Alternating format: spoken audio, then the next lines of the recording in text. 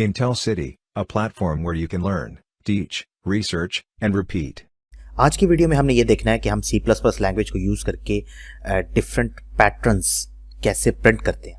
तो previous video थी हमारी जिसमें हमने स्क्वायर शेप और रेक्टेंगुलर शेप जैसे पैटर्न्स को प्रिंट किया था, उसकी लॉजिक देखी थी। तो आज की वीडियो में हम कुछ और शेप्स को देखेंगे। लाइक अगर आपके पास अगर इस तरह की शेप आए जिसमें अगर इसको गौर से देखें तो ये एक डायगोनल एलिमेंट्स हैं एक मैट्रिक्स के, और इसी तरह ये उन डायगोनल एलिमेंट्स के नीचे वाले एलिमेंट्स हैं, और इसी तरह ये डायगोनल एलिमेंट्स और उससे नीचे वाले एलिमेंट्स वाली एक शेप है। और इसमें ये एक ऐसा स्क्वायर है जिसमें डायगोनल एलिमेंट्स की जगह पे कुछ भी नहीं है, जबकि बाकी हर जगह पे स्टैटिक्स हैं। इसमें डायगोनल एलिमेंट्स से ऊपर वाली जो जगह होती है, डायगोनल एलिमेंट से ऊपर वाले जो ट्रायंगल है वो सामने आया हुआ है, और इसमें डायगोनल और उससे ऊपर वाले एलिमेंट्स की जगह पर स्टैटिक्स है। तो ये वीडियो एक्चुअली जो आपके मैट्रिक्स में जो मेन डायगोनल होता है, मेन डायगोनल से ऊपर और नीचे ट्रायंगल्स को डील करती है। इसमें हम ये देखेंगे कि आप मेन डायगोनल कैसे प्रिंट करते हैं और उससे ऊपर और नीचे अपर और लोअर ट्रायंगल्स को कैसे प्रिंट करते हैं। तो इसको देखते हैं कि हमने ये कैसे करना है। तो इसको हम थोड़ी देर के लिए वैसे ही कंसीडर करेंगे कि अगर फर्ज करें कि आप ये डायगोनल अगर ये है जिसमें ये डायगोनल कैसे बना होगा, ये उस वक्त बना होगा जब ये एक स्क्वायर मैट्रिक्स होगा जिसमें 5 रोज और 5 कॉलम्स होंगी। तो इसी तरह ये बाकी भी हैं, बाकी जितने भी जो शेप्स हैं वो भी इसको हम ये कंसीडर कर लेते हैं कि ये एक 5x5 का मैट्रिक्स है। तो बिल्कुल वही कॉन्सेप्ट हम लेके चलते हैं कि ये 5x5 का मैट्रिक्स है। तो इस 5x5 मैट्रिक्स को समझने के लिए हम ऐसा करते हैं कि हम 2 लूप्स यूज़ करेंगे। उन 2 लूप्स में जो आउटर लूप होगा वो कंट्रोल करेगा ith लूप। ये जो आउटर लूप होगा ये ith लूप होगा जो कि कंट्रोल करेगा रोज को, और जो इनर लूप होगा वो jth लूप होगा जो कि कंट्रोल करेगा कॉलम्स को। और प्रिंटिंग हमने कॉलम्स में करवानी है, ये जो कि हम प्रीवियस वीडियो में हम देख चुके थे, और प्रीवियस वीडियो का लिंक मैंने डिस्क्रिप्शन में भी दे दिया, तो आप वहाँ से उसको देख सकते हैं। तो अगर हम इस मैट्रिक्स को देखें गौर से कि i की वैल्यू 1 2 3 4 5 मतलब 5 रोज हैं, और j की वैल्यू 1 2 3 4 5 मतलब 5 कॉलम्स हैं। तो अगर आप डायगोनल एलिमेंट्स को देखें तो इन डायगोनल एलिमेंट्स को देखें तो वो ये बनते हैं। इन डायगोनल एलिमेंट्स पे i और j की वैल्यू एक बराबर है, मतलब i और j 1 1, यहाँ भी i2 है और j2 है, यहाँ भी i3 है j3 है, यहाँ पे i4 है j4 है, यहाँ पे i5 है j5 है। इसका मतलब ये हुआ कि जब आपको प्रिंट करना हो सिर्फ और सिर्फ डायगोनल के एलिमेंट्स, तो आप कंडीशन यूज़ कर सकते हैं कि जहाँ पर i और j इक्वल हो जाए वहाँ पे स्टैटिक्स प्रिंट करो। इसके अलावा हर जगह पे स्पेसिस प्रिंट कर दो, मतलब कुछ भी ना प्रिंट करो। ये कंडीशन बड़ी ज़बरदस्त है, ठीक है। इसी तरह अगर आप नीचे वाले जो एलिमेंट्स हैं जो कि इस डायगोनल के नीचे वाले हैं, ठीक है, इसमें अगर आप गौर करें तो यहाँ पे i की वैल्यू j से बड़ी है, ठीक है। देखें आप 2 1 को देखें तो i की वैल्यू j से बड़ी है, 3 भी 1 से बड़ा है, 4 भी 1 से बड़ा है, 5 भी 1 से बड़ा है, यहाँ 3 2 से बड़ा है, 4 2 से बड़ा है, 5 2 से बड़ा है, 4 ग्रेटर देन 3, 5 ग्रेटर देन 3 और 5 ग्रेटर देन 4। इस नीचे वाली जो लोअर ट्रायंगल है इसमें को अगर आप देखें तो इसमें i ग्रेटर देन j है, और जबकि इसके ऊपर वाली साइड पे i लेस देन j है, यानी कि j ग्रेटर देन i है। तो इसकी कंडीशन हम बड़े ज़बरदस्त तरीके से यूज़ कर सकते हैं। वो किस तरह के, अगर आपको प्राइमरी डायगोनल या मेन डायगोनल पे अगर एलिमेंट्स प्रिंट करने हैं तो आप ये कंडीशन यूज़ कर सकते हैं कि i और j इक्वल होने चाहिए। इसी तरह अगर आप लोअर ट्रायंगल मैट्रिक्स की तरफ जो डायगोनल के नीचे वाले एलिमेंट्स हैं उसको अगर आप अप्रोच करना चाहते हैं, एक्सेस करना चाहते हैं, तो वहाँ पे i ग्रेटर देन j है। और इसी तरह अगर आप अपर ट्रायंगल को देखना चाहते हैं, तो जो कि डायगोनल के ऊपर वाला ट्रायंगल है, तो उसमें i लेस देन j है। तो इस कॉन्सेप्ट को यूज़ करके अब हम इसकी कोडिंग करते हैं। तो इसी चीज़ को हम यूज़ करके अपना लूप डिसाइड करते हैं। फर्ज किया कि इसमें 5 रोज और 5 कॉलम्स ही हैं।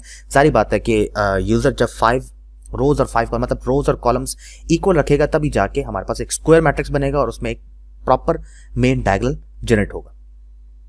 तो इसका कॉन्सेप्ट बड़ा आसान है कि आप i 1 से लेके r तक जो कि आपकी रोज हैं, j 1 से लेके c तक जो कि आपकी कॉलम्स हैं, और उसके बाद सी आउट एंडल आएगा। सी आउट एंडल क्या कर रहा है, वो ये कर रहा है कि हर जैसे जे जब अपनी प्रिंटिंग ख़त्म कर देगा तो उसके बाद एक एंड एल एक लाइन नेक्स्ट लाइन में आपके कर्सर को ले जाएगा। जिसके बाद नए कर्सर्स जो है ना वो आपके नेक्स्ट लाइन से प्रिंट होंगे। लेकिन जे लूप जो एग्जीक्यूट हो रहा है उसमें एक इफ एल्स हमने यूज कर लिया। इस इफ एल्स को अगर आप गौर से देखें तो ये बड़ी जबरदस्त चीज़ है कि आप पहले तो ये था कि अगर आप सारे के सारे एलिमेंट्स 5x5 का ही अगर आप स्टैटिक बनाना चाहते हैं तो आप डायरेक्टली जेथ लूप में सी आउट स्टैटिक ही लिखेंगे। लेकिन अगर आप उस सी आउट स्टैटिक पे कंडीशन लगा दें कि अगर i इक्वल टू जे हो तब स्टैटिक प्रिंट करना, एल्स स्पेस प्रिंट करना, तो अब क्या होगा? अब क्या होगा कि सिर्फ और सिर्फ जहां पे i और j इक्वल होंगे वहां पे स्टैटिक प्रिंट होगा, एल्स हर जगह पर स्पेसेस प्रिंट हो जाएंगी। तो क्या होगा? ये होगा, सिर्फ और सिर्फ i इक्वल टू जे की जगह पर स्टैटिक्स प्रिंट हो रहे हैं और इसके अलावा हर जगह पर ये स्पेसेस ही आएंगी। तो आपको एक डायगोनल शेप आपके सामने आ जाएगी प्रिंट होकर, राइट? अब सारी की सारी गेम इसी इफ एल्स की ही है, ठीक है? इस इफ एल्स के अंदर जो i इक्वल टू जे लिखा हुआ है तो उसका मतलब क्या है कि आप उस जगह पर सी आउट स्टैटिक को एग्जीक्यूट करवाना चाहते हैं जहां पे i और j इक्वल है। अब नेक्स्ट देखते हैं, बिल्कुल वही कंडीशन, लेकिन यहां पर क्या है? यहां पर हम i ग्रेटर देन j कह रहे हैं। i ग्रेटर देन j जब कहेंगे तो i ग्रेटर देन j कहां पे होता है? इन जगहों पर, ठीक है? तो इन जगहों पर i ग्रेटर देन j होता है। तो इसका मतलब कि जो डायगोनल एलिमेंट्स से जो नीचे वाले एलिमेंट्स हैं उन जगहों पर स्टैटिक्स प्रिंट हो जाएंगे, एल्स हर जगह पर स्पेस प्रिंट हो जाएगी। देखते हैं, ये देखें, डायगोनल एलिमेंट्स से नीचे वाले जो एलिमेंट्स हैं जहां पे i ग्रेटर देन j है वहां पे आपको स्टैटिक्स नजर आ रहे हैं, बाकी हर जगह पे स्पेसेस आ गए। इसी तरह अब नेक्स्ट देखते हैं, अगर आप i ग्रेटर देन और इक्वल टू इकट्ठा लिख देते हैं, मतलब आपको ग्रेटर देन की कंडीशन भी यूज करनी है और इक्वल टू भी करनी है, तो आपको देखें जब i इक्वल टू j होता है तब क्या प्रिंट होता है? ये मेन डायगोनल, ठीक है? i इक्वल टू j वाली कंडीशन ये है, जबकि i ग्रेटर देन j वाली कंडीशन ये वाली है, ठीक है? तो उस सूरत में आपको डायगोनल और उससे नीचे वाले एलिमेंट्स दोनों ही मिलेंगे, क्योंकि आपने i इक्वल टू j भी इसके अंदर लिखा हुआ है और i ग्रेटर देन j भी लिखा हुआ है, राइट? इस तरह अगर आप i लेस देन j करते हैं तो आपको डायगोनल के ऊपर वाले एलिमेंट्स मिल जाएंगे, क्योंकि ऊपर ही मतलब डायगोनल के ऊपर ही, मेन डायगोनल के ऊपर ही जो एलिमेंट्स होते हैं, ठीक है, उधर ही i की वैल्यू लेस देन j होती है। इसी तरह अगर आप i less than equal to लिख देते हैं तो आपको ऊपर वाले एलिमेंट्स भी मिलेंगे और साथ आपको इक्वल टू की वजह से डायगोनल के एलिमेंट्स भी मिल जाएंगे, एल्स हर जगह पे स्पेसेस प्रिंट हो जाएंगी। सिर्फ और सिर्फ इस इफ की कंडीशन ही चेंज करनी है और आपको इतनी सारी फिगर्स, इतनी सारी शेप्स या पैटर्न्स नजर आ रहे हैं। इसी तरह अगर आप एक और कंडीशन यूज करते हैं जिसमें आप ये कहते हैं कि i और j इक्वल ना हो, उस जगह पर स्टैटिक प्रिंट करना है, एल्स हर जगह पर आपने स्पेसेस प्रिंट करनी है। अब i और j इक्वल कहां नहीं है? सिर्फ और सिर्फ इस डायगोनल के अलावा, इस मेन डायगोनल के अलावा कहीं भी i और j इक्वल नहीं है। और ये लॉजिक क्या कहती है कि जहां पर i और j इक्वल ना हो वहां पे स्टैटिक प्रिंट कर दो, वरना हर जगह पर स्पेस कर दो। उसका मतलब क्या हुआ कि हर जगह पर, यानी कि हर जगह पर जहां जहां पर आपको i और j इक्वल नजर नहीं आ रहे वहां पे स्टैटिक प्रिंट हो जाएंगे और जहां पे इक्वल है वहां पे स्पेस आ जाएगी, ठीक है? तो हर जगह पर क्या हो रहा है? यहाँ पर हर जगह पर आपको स्टैटिक्स नजर आ रहे हैं और जहां पे इक्वल है वहां पे आपको स्पेसेस नजर आ रही हैं। तो ये थी एक छोटी सी लॉजिक जिसकी वजह से आप मल्टीपल 6-7 टाइप्स की जो है ना शेप्स या पैटर्न्स बना सकते हैं। तो अब ऐसा करते हैं कि इसको एक दफ़ा जाकर कोड ब्लॉक्स में एग्जीक्यूट करके देखते हैं। अब मैं कोड ब्लॉक्स में आ गया हूँ और कोड ब्लॉक्स में आके मैं फर्स्ट किया कि रोज और कॉलम्स, क्योंकि दोनों रोज और कॉलम्स इक्वल होंगे तो मैं यहाँ पे एक ही वेरिएबल ले लेता हूँ। फर्स्ट किया मैंने ले लिया 6, मतलब मैं क्या यूज़ करने वाला हूँ, मैं 6x6 का एक मैट्रिक्स बनाने जा रहा हूँ। तो मैं फॉर यूज़ करता हूँ, for int i equal to 1, i less than and equal to ये ऐसे आ जाएगा और साथ आ जाएगा i प्लस प्लस। इसी तरह फिर इसके अंदर एक फॉर लूप एक और यूज़ होगा जो कि रोज़, पहला जो फॉर लूप था i वाला फॉर लूप वो तो रोज़ को कंट्रोल कर रहा था। अब jth फॉर लूप मैं यहाँ पे लिख रहा हूँ जो कि कॉलम्स को कंट्रोल करेगा, j less than and equal to s, क्योंकि दोनों बराबर हैं, क्योंकि इसी वजह से तो फिर डायगोनल शेप बनेगी हमारी। तो यहाँ पे आ जाएगा j plus plus, j plus plus. और इस लूप के अंदर हम सी आउट स्टैटिक तो लिखेंगे, लेकिन और ठहरे मैं यहाँ पर सी आउट एंडल लिख लूँ, क्योंकि नेक्स्ट लाइन में जाने के लिए आपको सी आउट एंडल तो लिखना ही लिखना है, राइट?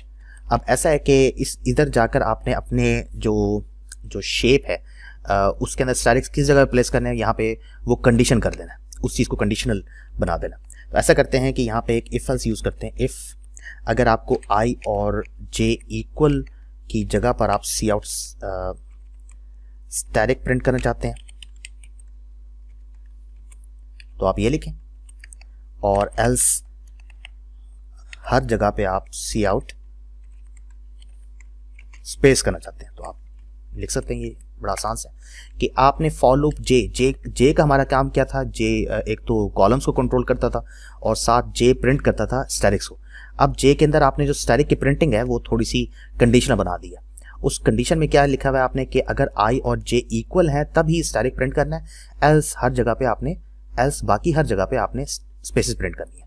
तो इसको एक दफ़ा एग्जीक्यूट करके देखते हैं कि क्या ये वाकई सही चलता भी है कि नहीं चलता।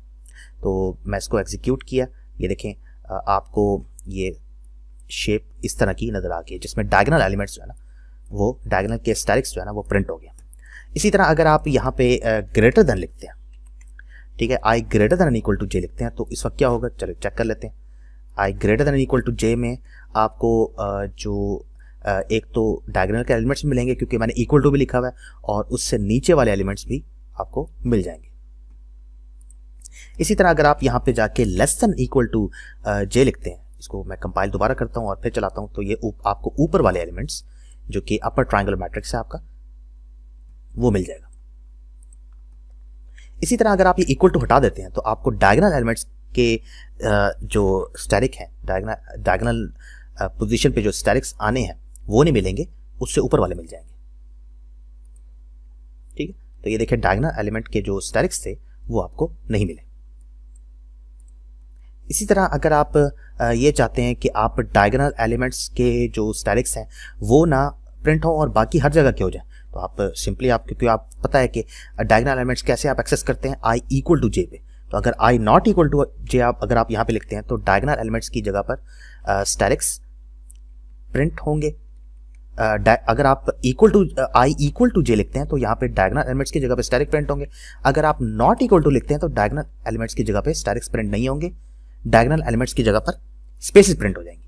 ठीक है, तो i not equal to j का मतलब क्या है कि जहां पर i और j इक्वल नहीं है वहां पर स्टैटिक्स प्रिंट कर दो, एल्स हर जगह पर आप स्पेसेस प्रिंट कर दो। तो इसको देखते हैं ये कैसे चलता है। तो ये देखिए ये आपके सामने एक शेप है। तो इस तरीके से आप ये जो 6-7 शेप्स थी, ये सिंपल लॉजिक के जरिए कि आप एक तो कंसिडर करें कि जो आप शेप बना रहे हैं वो एक मैट्रिक्स है, तो इसके ज़रिए आप डिफरेंट टाइप्स के जो राइट एंगल ट्रायंगल आपको अभी नज़र आया है वो आप बना सकते हैं। ठीक है, और मेन डायगोनल से ऊपर वाला ट्रायंगल, नीचे वाला ट्रायंगल, मेन डायगोनल को इंक्लूड करके ट्रायंगल, एक्सक्लूड करके ट्रायंगल भी बना सकते हैं। और इसी तरह अगर आप मेन डायगोनल के अलावा बाकी सारे एलिमेंट्स प्रिंट करना चाहते हैं तो वो भी कर सकते हैं।